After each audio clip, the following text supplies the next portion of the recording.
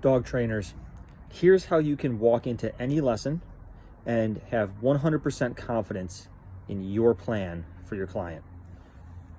I talk to a lot of trainers, they come to me and they say things like, I've got this client coming in, the dog is reactive.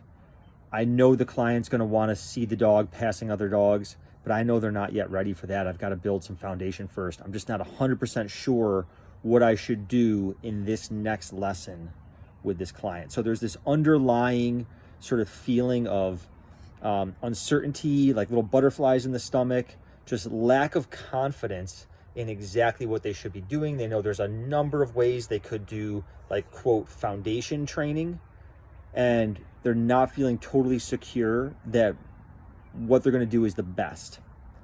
Here's the trick, and it's really easy, guys.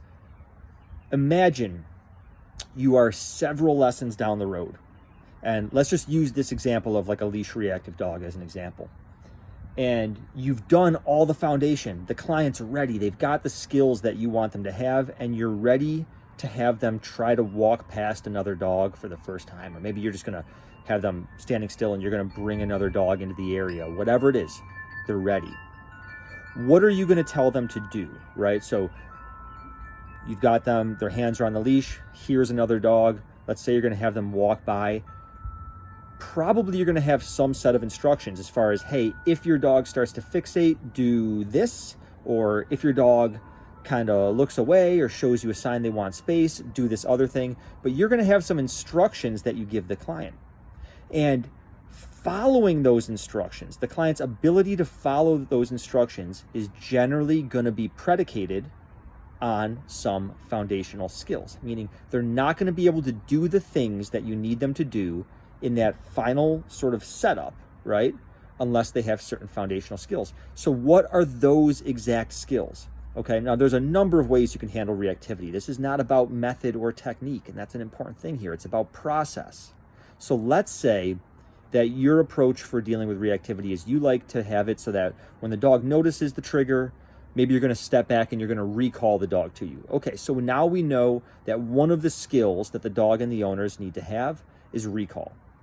And then you can say, well, what about within recall?